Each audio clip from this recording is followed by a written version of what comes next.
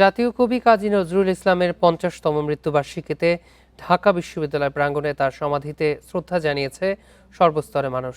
বিভিন্ন রাজনৈতিক, সামাজিক ও সাংস্কৃতিক সংগঠনের পক্ষ থেকে শ্রদ্ধা জানানো হয়। এ সময় নজরুল ভক্তরা জানান, অন্যায়ের প্রতিবাদ ও বৈষম্যের বিরুদ্ধে লড়াইয়ে নজরুলের রচনা আজও সবাইকে অনুপ্রাণিত করছে। বিদ্রোহী কবির প্রতি শ্রদ্ধা জানাতে বৃহস্পতিবার ভোর থেকেই তার সমাধি প্রাঙ্গণে ঢল নামে সর্বস্তরের মানুষের। ফুলেল শ্রদ্ধায় স্মরণ করা হয় সাম্য, দ্রোহ ও প্রেমের কবিকে। শ্রদ্ধা জানানো শেষে বিএনপির ভারপ্রাপ্ত মহাসচিব রুহুল কবির রিজভী বলেন, বৈষম্য ও অন্যায়ের বিরুদ্ধে কাজী নজরুলের দ্রোহ সব কালকে অতিক্রম করেছে। ঔপনিবেশিক শক্তির চোখ রাঙানিকে উপেক্ষা করে তিনি এই উপমহাদেশের স্বাধীনতার প্রথম সুর ধ্বনিত হয়েছিল, নতুন বাণী, বিপ্লবের বাণী প্রচার করেছিলেন কাজী নজরুল ইসলাম। ঢাকা বিশ্ববিদ্যালয়ের উপাচার্য বলেন, ব্রিটিশ বিরোধী আন্দোলন থেকে শুরু করে বাংলাদেশের অভ্যুদয় সব আন্দোলনেই কাজী নজরুলের অবদান অবিস্মরণীয়।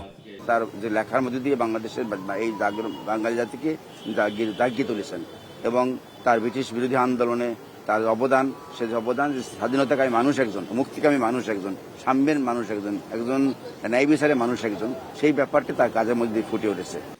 জাতীয় কবির নাতনি খিলখিল কাজী বলেন, জাতীয় জাদুঘরে নজরুল কর্নার না থাকা জাদুঘরের জন্য লজ্জার।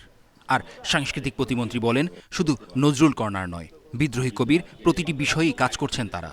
মানুষ যেন কবিকে তার যে আদর্শ ছিল বাঙালির জন্য, সেই আদর্শগুলো যেন অনুসরণ করতে পারি।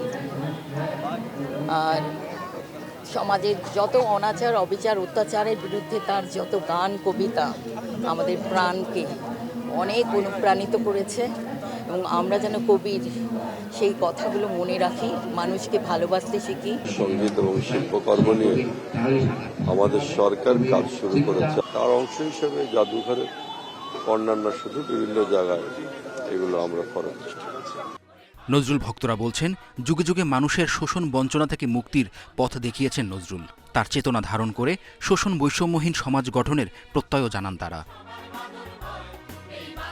শিকদার মেহেদী, ইন্ডিপেন্ডেন্ট নিউজ, ঢাকা।